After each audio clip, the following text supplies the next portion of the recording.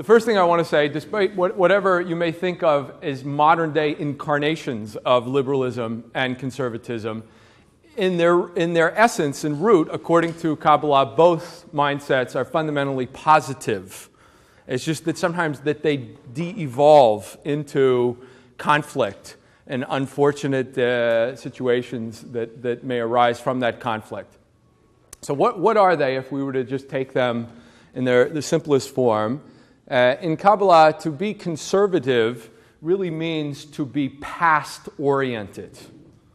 You're oriented towards the past, and you want to try to hold on to the past, to the values of the past, to preserve them in some way.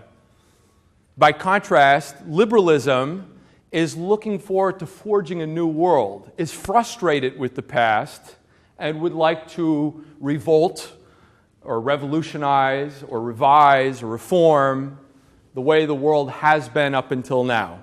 So it's future-oriented from a Kabbalistic perspective. Conservatism is past-oriented, liberalism is future-oriented.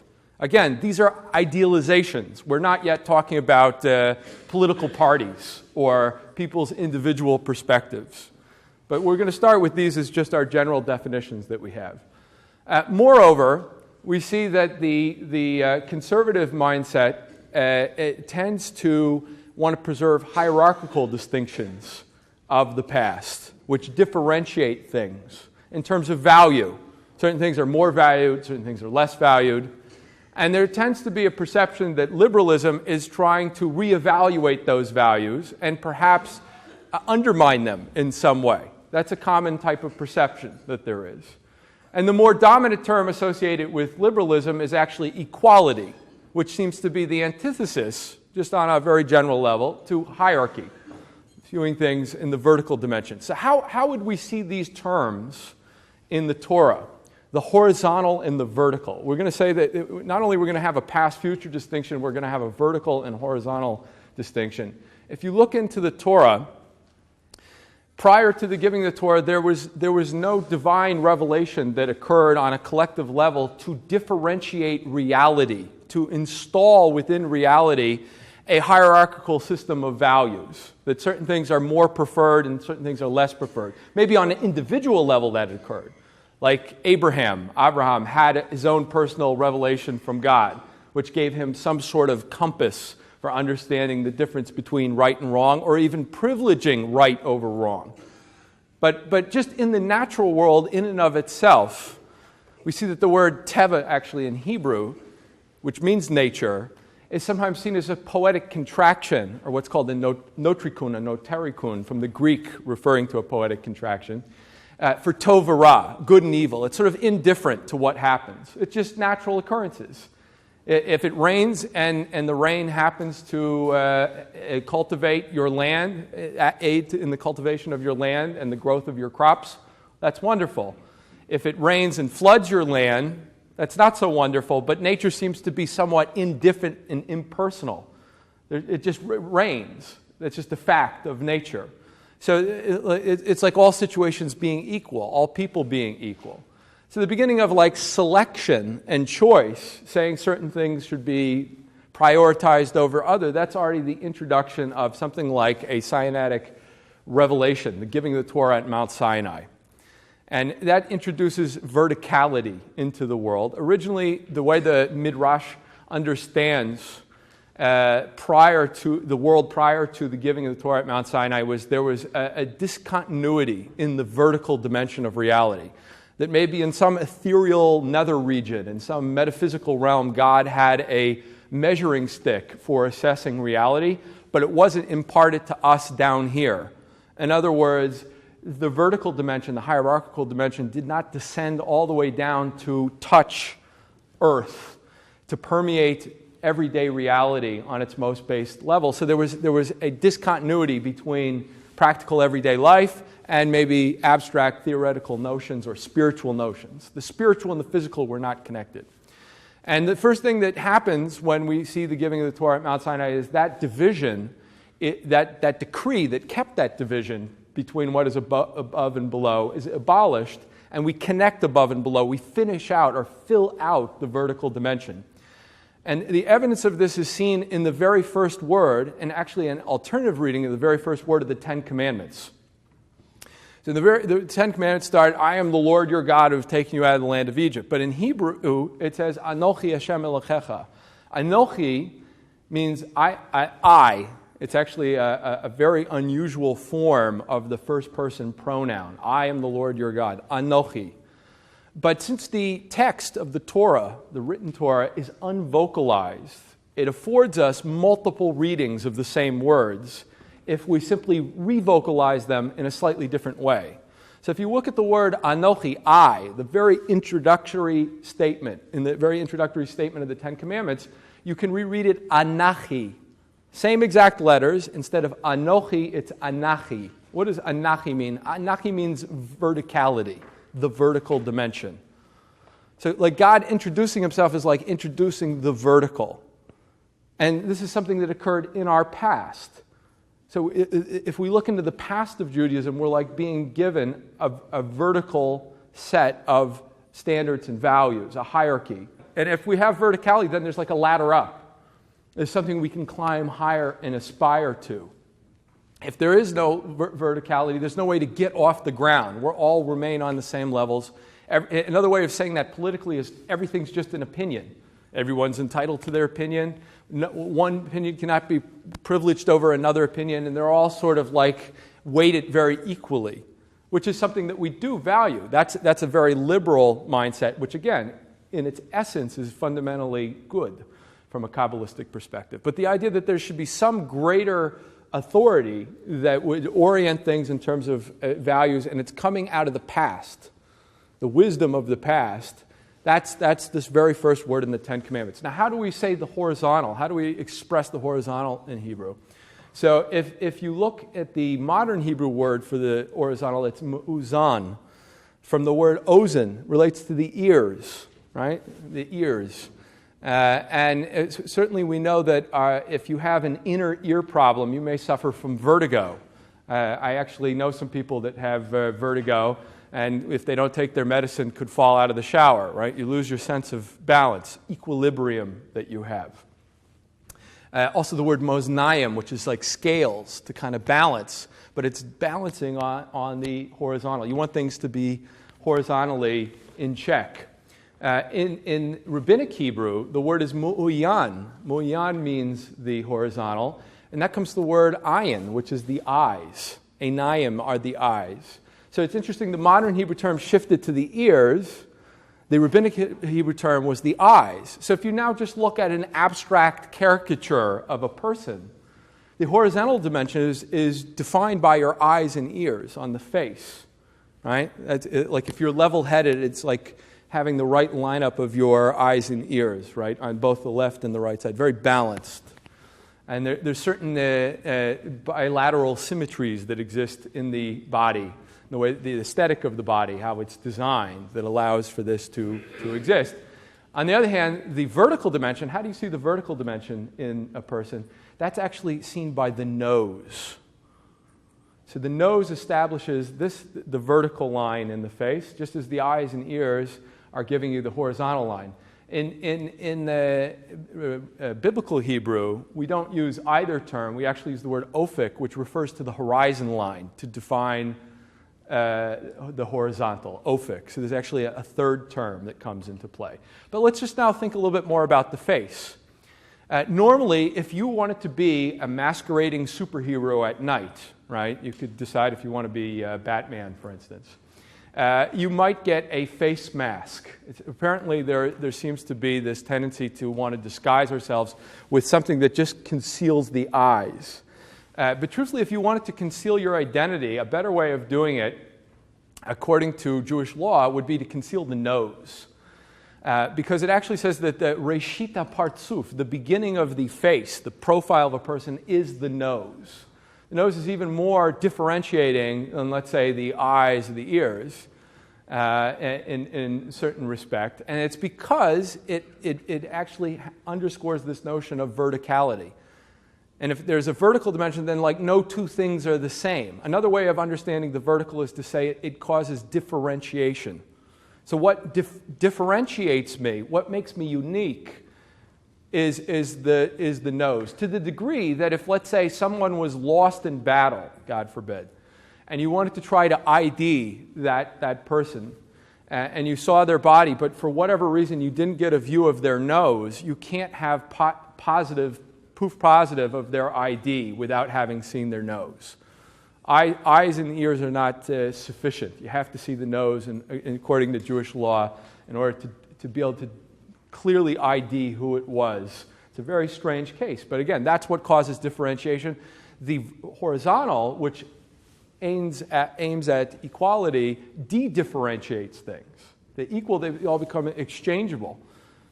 Right? That's the fundamental distinction that we see. Now, when we think about the horizontal and the vertical, we said that the past, with the giving of the Torah, is primarily installing the vertical dimension. So you might think that Judaism is all about conservatism. Isn't that what we're supposed to do? Just simply preserve and perpetuate the past, right? With the giving of Mount Sinai. We're always doing things in remembrance, right, of past events over and over and over again. So that would seem to be the clear assessment of what's going on. And yet, the primary focus of Judaism is not on the past, but actually on the future. We don't want to just go back to some past state of living, however good it may have been, or not good. We don't want to go back to the past. We aim at the future, and a future that's fundamentally better than the past. There is a notion of the insufficiency of whatever has existed in the past. Even the temples that were destroyed, and we remember their destruction just this last week on Tisha B'Av. So as good as the temple was, we don't just want the second temple or the first temple again. We want a third temple which is new and improved. So it's future-oriented. In other words, the Torah is fundamentally liberal when it comes to its future. And one of the greatest proof texts of that actually can be found in the Haftorah reading for this week's Shabbat, which is also known as Shabbos Nachamu. It's one of the 7 weeks of consolation after the destruction of the temple, and the 3 weeks basically that are all bound in mourning. And these all give us a vision of the future. And in this particular Haftorah, which comes from the prophet Isaiah, Yeshayahu, it talks about a future when it says, Kol Gei Yinnaseh, all valleys will be uplifted. V'kol har v'giva yishpalu, and every mountain and hill will be lowered down. What's going on there? Again, we have a tendency to kind of literalize what's going on when we read the Tanakh, when we look at the Hebraic Bible. But when we talk about the topography that is described by the prophets, they're not just talking literally, and particularly in this case, they're not talking literally about the mountains melting down and the valleys lifting up. It's saying something on a whole different scale of reality. It's making a spiritual statement, somewhat more akin to Thomas Friedman's notion of the world being flat. Of course, he did not join the Flat Earth Society to go back to a pre-Columbian worldview. When he says the world is flat, he's making a statement about the age of the democratization in terms of access to things like education, to participating in global economy, to the dissolving of old hierarchies that used to exist on a political, social, and economic level. That's what he means by the world is flat. And that flatness, that horizontal dimension, is also what's being evoked here by the prophets. We're basically reducing all the old hierarchies. So you might think, what does this mean? Does this mean that the Torah advocates redistribution of wealth and all kinds? What exactly is going on here? That you even everything out, everyone becomes the same? Is the Torah just like some kind of communist dream, and Marx really had it right all along? Not exactly. Not exactly. And yet there are these images. In fact, the ultimate image in Yeshayahu that's brought in Isaiah, that's brought at the very end of Maimonides' classic work, the Mishnah Torah, that talks about the ultimate messianic future. It says, Mayim liyam nikasim, that all the earth will be covered with waters, just as the waters cover the ocean, meaning that everything will be sea level. That will be our ultimate standard of the horizontal. And that sounds like universal coverage, right, for everyone. Universal coverage for all, whatever that might mean, right? And that's a future. So these are clearly very, very dominant liberal themes that we have. And they involve, again, topographic metaphor, this idea of sea level and mountains, right, and valleys. So let's add streams. So we might use the image of water, and water tends to flow downhill, right? So if you want to bring water uphill, it takes a lot of work to keep water to pump it up to high altitudes, right? You have to put work in, because naturally it wants to flow downhill. Of course, it releases energy as it does that, and it increases entropy as it flows downhill. So flowing downhill is like reducing the amount of the vertical in proportion to the horizontal. So what does that mean? The conservatives have to work very hard to go against the natural flow of things in order to maintain old hierarchical values. Whereas liberals are generally characterized in the media as being more easygoing and going with the flow. Going with the flow is that just naturally things flow downhill. Of course, then conservatives counter that everything is falling apart, everything is going downhill, and look how unfortunate that is.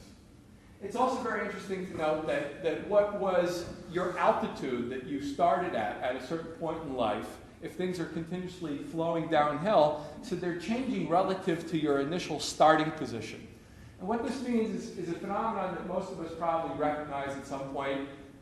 We all know and have evidence of dinosaurs living in our immediate life. They're usually our parents and grandparents. That's how we view them when we were young, right? You're old, you're antiquated, you're dated, you're a fossil, right? You're out of touch with reality because, of course, I'm so progressive and liberal. And then what happens is, similar to what Charles Krautheimer just wrote an entire book about, is like at 30 years later, he finds himself being conservative, right? That today's liberals are tomorrow's conservatives because things keep getting liberal. So if I came down from 10,000 feet to 6,000 feet in altitude, I can handle that, but that my kids drop down to 4,000 feet, so no, that's too much. You've gone too far. So now I'm suddenly the conservative one, when I thought there was no way possible that I could ever be the conservative one, because it's all relative as it continuously moves. So the conservative, though, is somewhat more like a salmon swimming upstream against the current, and that's very, very difficult, and that's why there's a perception that conservatives are more angry about the way things are. And we see that also in our vertical dimension on the face, because the word for the nose defining the vertical dimension is af in Hebrew. Af refers to anger. So there's something, if you have anger, it's all seen on the nose. Like I'm an angry conservative versus an easygoing liberal. These are stereotypes, obviously, of how these things are viewed in the media and society. And there's some origin to them and how they work in the Torah.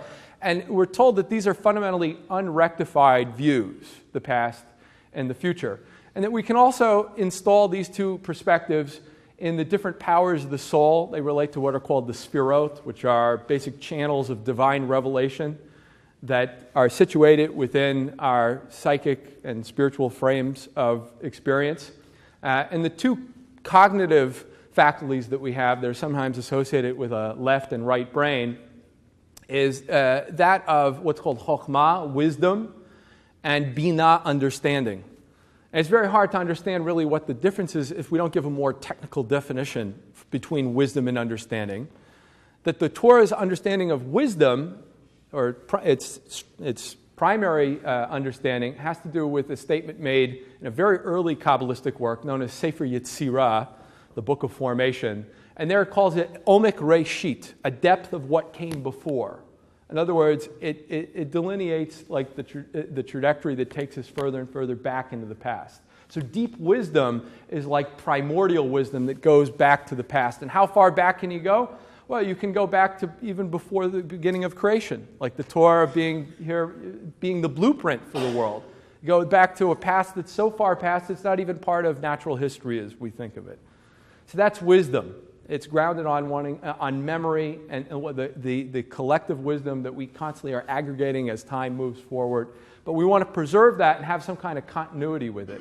On the other hand, if you're just stuck in the past and you don't also have the other cognitive faculty, which is associated with the left brain, or Bina, understanding, then you have no sense of Olam Haba. Olam Haba, it doesn't just mean like the future to come, like after people pass from this world, some other world in the future, but it is this world as it evolves and unfolds towards its own future. The future world that is coming. So if you are a futurist, if you are an innovator, right? If you can continuously try to re-envision what's possible in this world and change it in ways that have no resemblance to the past, that's all the idea of understanding. And understanding, Bina, relates to boneh in Hebrew, which means to build. So it's like I'm going to build or construct a new vision of reality. And if I become schizoid in my mind, I may not see any association between memory, what we can learn from the past, and what we want to do from the future. And that would be like where I'm divided against myself. Forget Congress having a divided House or Senate. I can be divided in my own mind where I don't know how to integrate my own wisdom from the past that I've collected from my own life and from other lives, or I don't know how to integrate the future, thinking of the future is not just in terms of repeating the past, but from borrowing from the past and building upon it. Because again, Bina, understanding, has to do with building upon it. So this is somewhat the solution to it. Where do we see this division historically? If we look in ancient Israel, the origin of this distinction of liberal and conservative actually fell into a very unfortunate state when it became associated with religion versus secularism. There's no need, for instance, for conservatism to be assigned the category of religiosity and liberalism with secularism. When that becomes the association, it usually leads to all kinds of conflict. And that's actually what happened in ancient Israel. That we had a time where there was a split of the single kingdom of Israel into two kingdoms. And this occurred in the city of Shechem.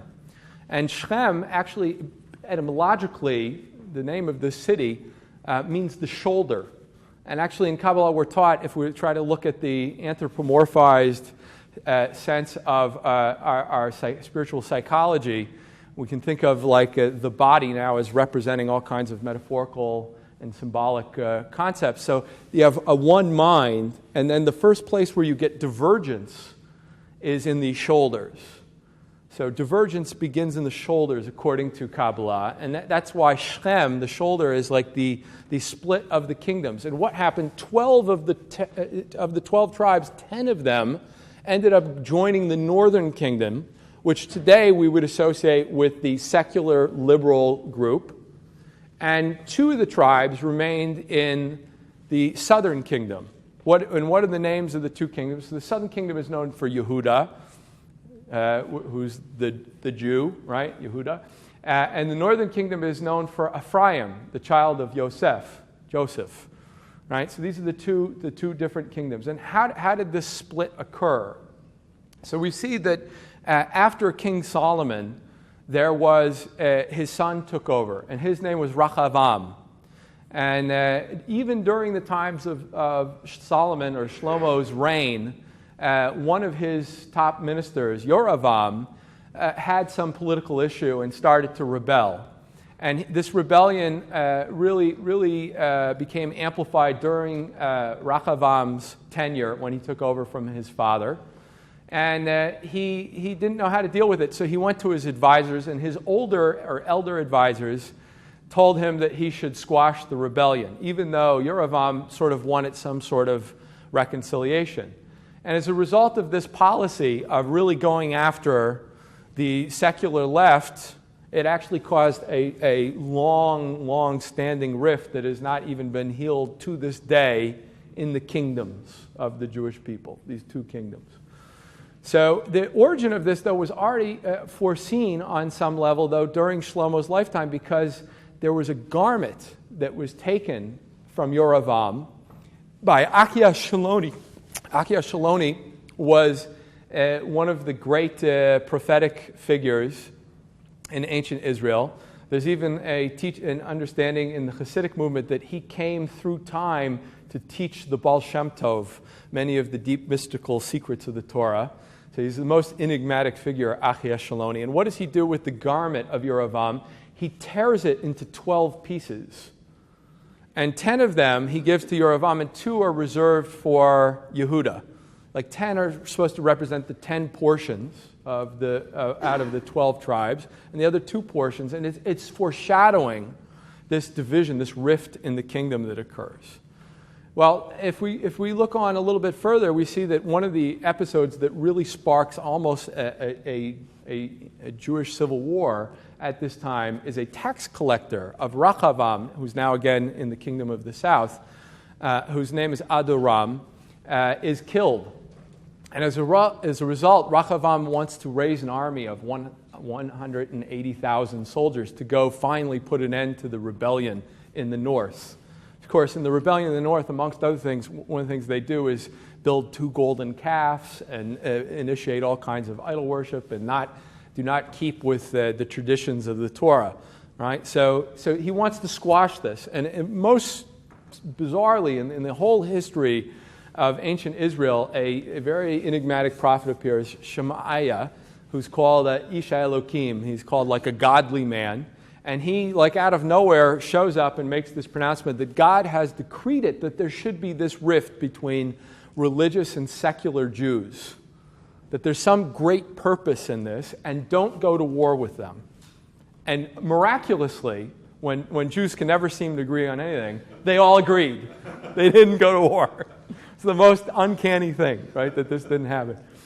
So it's very bizarre. This is what's happening, and that this shift should occur. And then if we read through the books of Kings, both part 1 and 2, we see that there was exactly 19 kings each for both the northern kingdom and the southern kingdom. The difference is that in the northern kingdom, the kings tended to assassinate one another. That's how you had political succession. That every time somebody became the monarch, they became corrupt in all kinds of ways. And so the first act of the next generation is to assassinate them.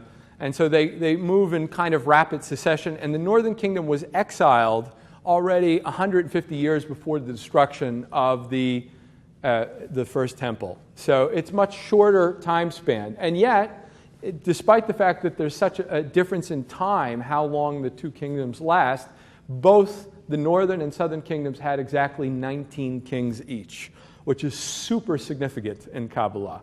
There's all kinds of interesting parallels. And there were times where they tried to ameliorate the severity of the rift by marrying between the two monarchies, right? To try to somehow bridge this gap that is there over time. And we've seen that throughout history. This is sort of like a microcosmic picture of all of Jewish history going through today, and maybe all of world politics on some level is related to this today. And yet there's something intrinsically there by design that this should be the way things, because there's something that comes out of this conflict, that the Arizal in the 16th century, one of the greatest of all Kabbalists who lived in the city of Sfat in the 16th century, the Arizal says that this actually is where Mashiach is going to come out of the positive aspects of this tension between liberalism and conservatism, or between the secular and the religious that we have.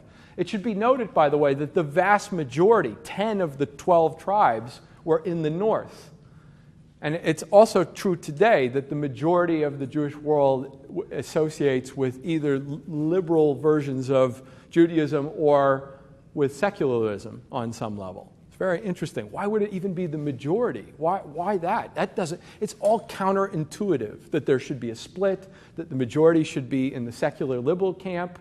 What's going on? This is really, really bizarre. And we see that with this rift in terms of 19 kingdoms, it's actually teaching us something about the nature of recognizing your brother, your fellow Jew. And the fact that it occurs in Shechem actually tells us something very profound, in that there are 3 primary negative things that occur in Shechem, in the city of Shechem. The first one is the rape of Dina. Dina was the daughter of Leah, one of the wives of Jacob, Yaakov. She has 6 brothers, and she is raped in Shechem. And there's a whole association with Shechem and her rape, and we're actually taught in Kabbalah that on a spiritual level, that the enduring lesson of that is that that's really like the intrusion of non-self into self. What is not authentically me somehow like enters into me and takes me over. And it actually represents for all time the problem of assimilation, that like the loss of Jewish identity, that we don't realize that like we're being taken over by something which is completely foreign and unwelcome to us, and feel like we don't know how to fight it off or say no to it. That's actually the mystical reading of the Rape of Dina on some level. The second thing that we find is Mechirat Yosef, that Joseph is sold by his brothers in the city of Shechem. Of course, he's the Ben Acher, he's the exceptional son, or alternatively, he's the different one, the black sheep, the one that doesn't fit in. And he unlike the brothers that are like your straight-up normative religious figures who immerse themselves in Torah and prayer all day long because they're shepherds, all of them, he takes over the bureaucracy of Egypt, right? So he's very much in the world. His spirituality expresses itself through interfacing with the world. And according to Kabbalah, there's something about Yosef is a deep interest in science and technology, or the natural order of things. That in fact, that's where he uncovers his spirituality. So that's what Yosef does. And the other brothers who are in the yeshiva setting can't understand why Yosef would go like this, so they sell him, they discount him. It's like the religious not being able to recognize the true value for someone who doesn't appear religious, especially in the same way, right? So that he is discounted. It would be associated with a secular liberal view. So that's also a very negative thing. And then the ultimate rift, and that represents, by the way, strife amongst Jews. The selling of Yosef is meant to embody the ageless or timeless lesson of infighting or strife between Jews, between different factions of Jews, people who don't identify with one another whatsoever. So that's we sell each other out, unfortunately, or have done so in the past, and that's got to be fixed on some level. And this leads to a division between two kingdoms. It's very interesting to note that in Israel today, most of the secular left that is liberal tends to live in the coastal plains of Israel, which represents the horizontal dimension, whereas most of the conservative right and religious tends to live up on mountaintops, right? Very interesting to note, right? So it's not exactly left today. Also, the majority of Israel would associate more with the secular liberal left than with the conservative right. So we see that these things, it's not just a lesson for the past, it's a lesson right now for the present that we have to contend with. And yet Hashem wants it to be this way. The fact that there are 19 kings for each one of them, that relates to the word Achi, my brother, representing that both Yehuda and Yosef are brothers that have to come close. That the traditional or normative secular Jew, or religious Jew, and the secular Jew, they both somehow have to recognize each other as brothers. Achi equals 19 in Gematria, if you take the Hebrew letters and turn them into numbers. What's even more amazing, and this is where we get into deep embedded mathematical structures in the Torah, which I won't have time to really fully explain, but we'll do a little bit about it. If you look at the words for the northern and southern kingdoms, the northern kingdom of Ephraim, right? If you add up the numerical value of Ephraim's name, it's 331. And the southern kingdom of Yehuda, if you add up the numerical value of his name, it equals 30. Together it's 361, which is actually 19 squared. So there's an idea in Kabbalah that when you have a square number, it means like the perfection or completion of a certain state. So there's something that keeps recycling over and over and over again about this notion of 19. It gets reincarnated. A lot of mathematics is actually just the study of reincarnation. In fact, if you were to teach Torah-based mathematics, you would actually want to teach it in terms of reincarnation. Like, how can I reincarnate 2 + 2 is 4, right? That's a different, or 0.5 as 1/2, right? Like, I can come up with different incarnations of certain values, right? So this is a different incarnation. Another term that relates to this word 19 is the word Chava, Eve. And actually, we're told that originally there were 2 Eves. There's like a first Eve and a second Eve, and they themselves represent the secular and religious aspects of society, not just now the Jewish world, but the world at large, which is now going to be like a fractal of what's going on in the Jewish world. It's going to resemble it in some way. That there are 2 Eves means that universal humanity has to connect to these 2 sides, these 2 aspects of ourselves. And it also relates to the word goy equals the word 19. Goy means nation. We're also called a nation. We're called goy echad ba'aretz, one nation in the land. And there are goyim, they're the nations of the world. So this is not just about Jewish politics and Jewish society, it's about global society and global politics. That there's somehow this dichotomy, this split that we see very, very early on. One of those incarnations, actually, the Arizal says, has to do with when King David was fleeing from Shaul, or Saul's men. David HaMelech is running away, and he finds refuge in the city of Nov, where there are all these priests, that eventually Saul comes and he slaughters them all. It's actually the greatest sin that he commits, is to kill all of them. Only one escapes. And the head of them all, who actually saves King David's life, David HaMelech, his name is Achimelech. And he gives him actually from the showbread that really belongs to the temple in order to sustain him, because it's pekuach nefesh, it's life-threatening. And in discovering this, Shaul or Saul kills him and the other Kohanim in the city. So the Arizal says this is like an earlier crack or fissure in the fabric of Jewish society, this event. And the fact that the agent that is really at work in behind all of this is Achimelech is very important, because what does his name mean? Achi is my brother.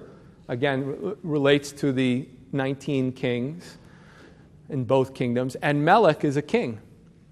So my brother is a king.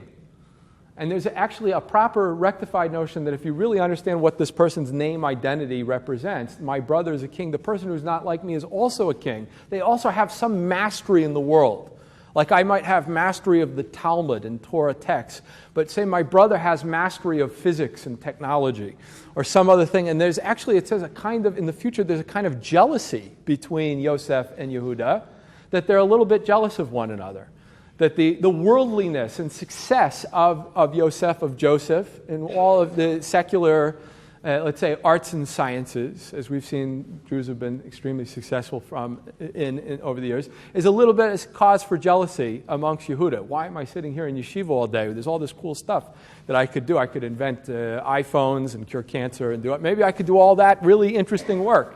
Right? And somehow, deep secretly in the soul of Yosef, who's now our scientist, he's jealous of Yehuda, because there are only questions leading to more questions. There's no real responses that come from anything other than the human mind in science.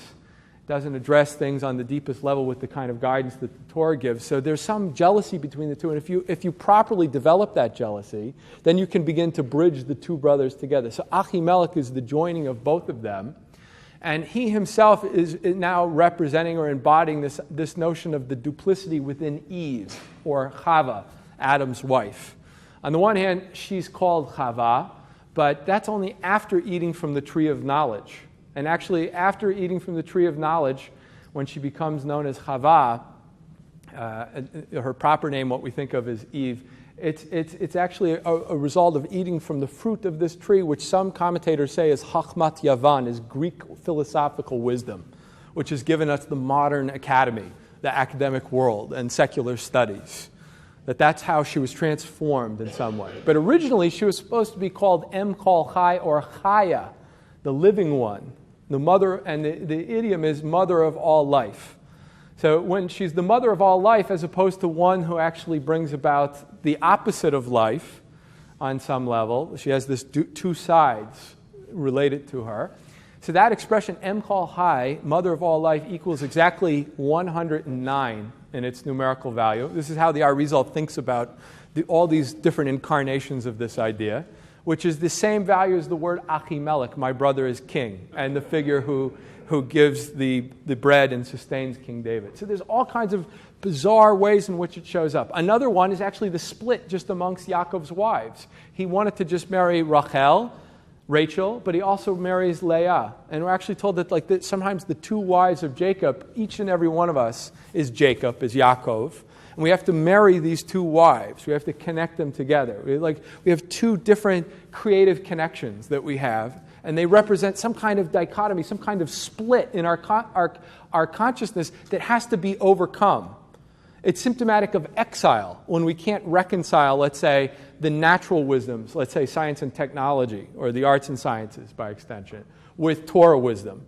In Kabbalah, we actually find that the word Torah equals 611, which is the exact value of Amanut plus Mada. Amanut means art, equals 497, and Mada is science, which equals 114.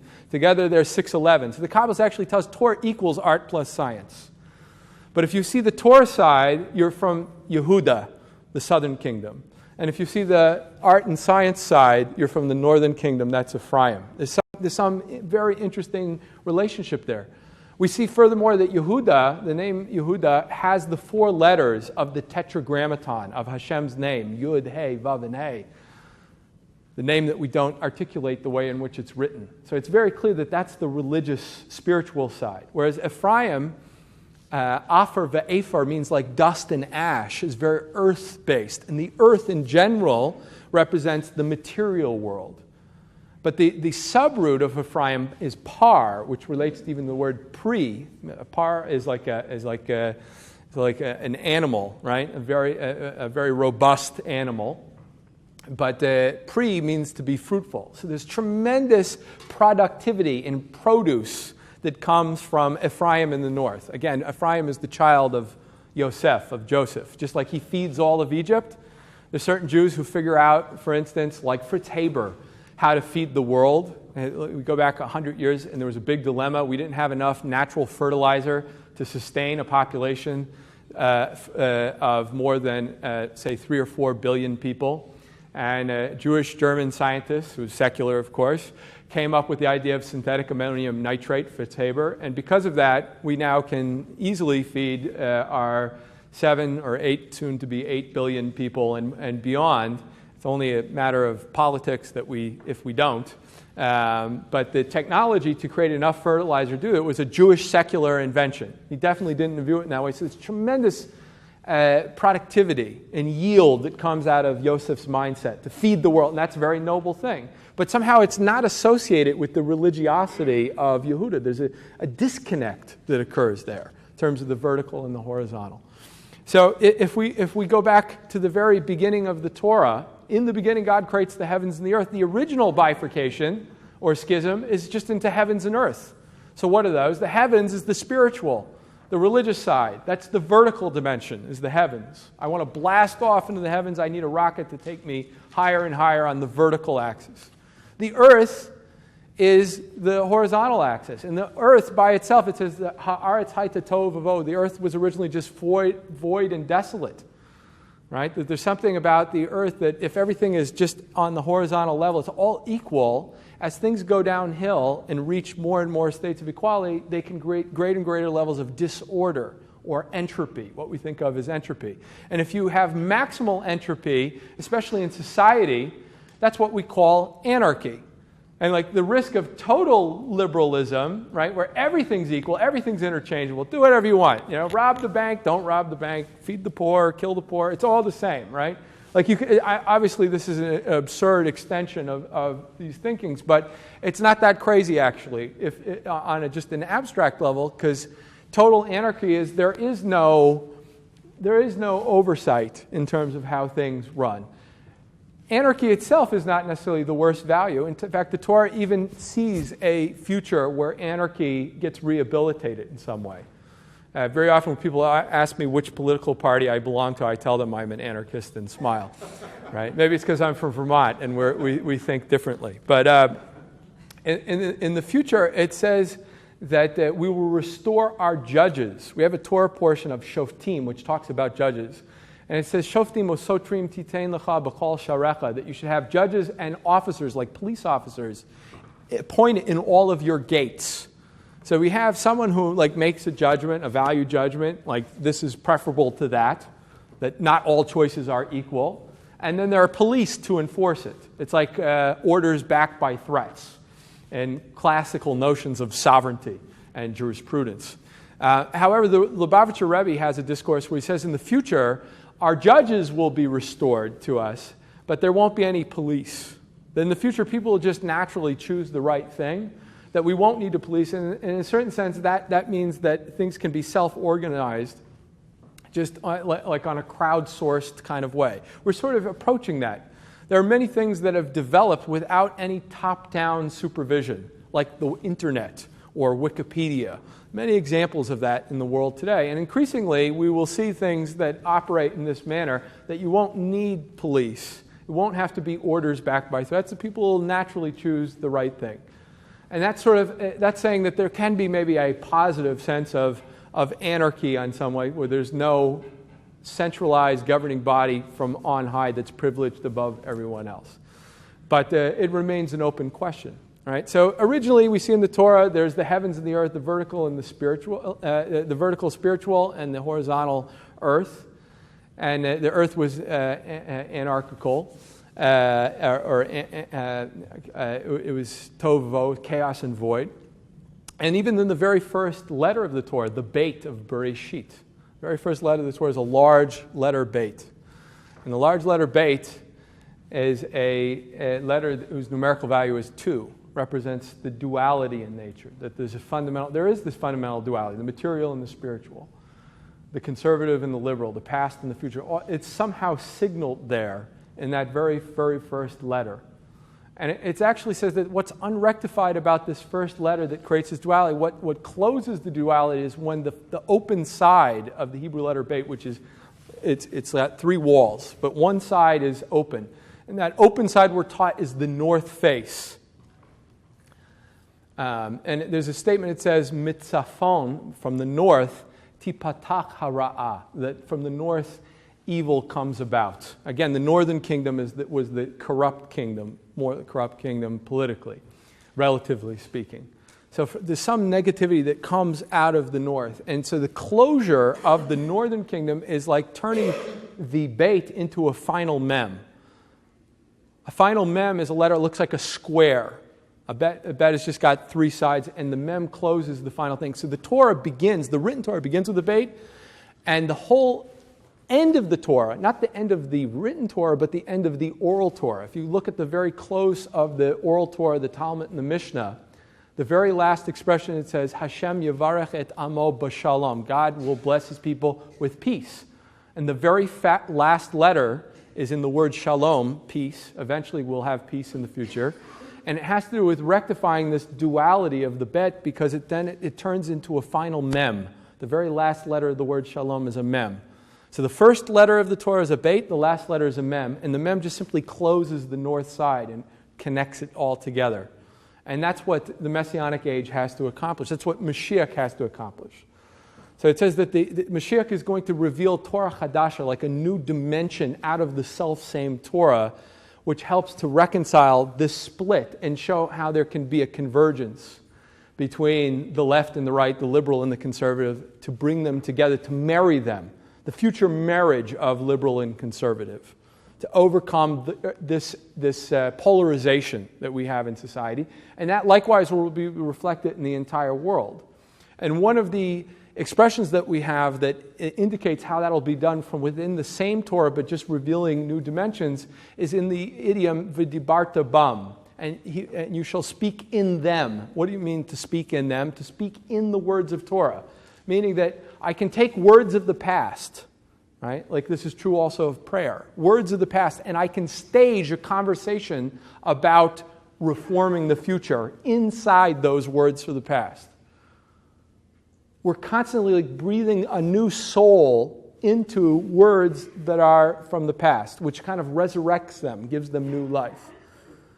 So I'm building my discussion about like all kinds of future issues in, let's say, bioethics or a globalized economy or healthcare, whatever it may be, but I'm staging it, I'm speaking within them, meaning within the already existing words of Torah, but facing issues that maybe have never surfaced before in all of history to humanity. And that is really the bridging of the past and the future. I'm speaking to the future from out of the past, and I'm building the future from the past, and the future is looking to the past for inspiration, but the past has its mind turned towards the future. Sometimes the two kingdoms are like the Kruvim, the cherub angels that were on top of the ark. Right? On top of the cover of the ark that carried the Torah scroll and the tablets of the law, that it was in the Holy of Holies of the temple, there are these two cherub angels. And it says when we are in a proper rectified state, they face one another. And there's one interpretation that the two cherub angels facing one another is like the left and the right facing one another and talking to one another, learning from one another. And when we're in a non-rectified state, it says that they turn away from each other. They have nothing to say. Like, I have nothing to learn from a liberal. I have nothing to learn from a conservative, right? Conservatives are all bad. Liberals are all bad. There's no interchange. There's no conversation.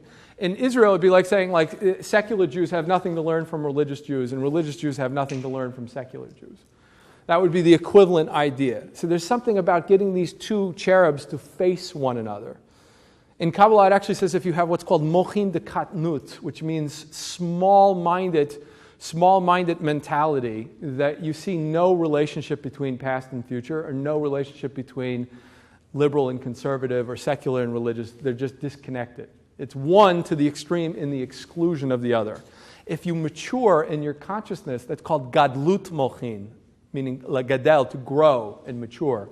So then you experience what's called inter-inclusion.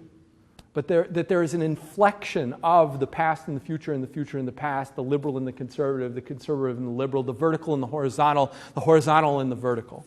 How do we see those inner inclusions in the Torah? Well, the Torah was given in the past on a mountain. And interestingly, Abraham, he called the place of the temple, he called it a har, a mountain. He was a vertical mindset person. His son, Yitzchak, and this is always between parents and their children, right? His son, Yitzchak, Isaac, called it a sadeh, a field. A field clearly is flat. It's a horizontal dimension. So just between the two of them, you have your mountain and your field. And it actually tells us in the Medrash that in the future avot of the avos, of the patriarchs, the future one that really relates to the Messianic era is Isaac, is Yitzchak. The world is flat. It's a field, every level playing field. It's all sea level. Not the mountain like his father Abraham. But in the past, the mountain that we all share is Mount Sinai. And yet, was Mount Sinai K2? Was it Mount Everest? Was it Mount Kilimanjaro? Was it Mount Washington in New Hampshire? It was none of these mountains. It was the lowliest of all mountains. In modern day organization theory, we sometimes refer to a lowly mountain, the humblest of all mountains, as a minimal hierarchy.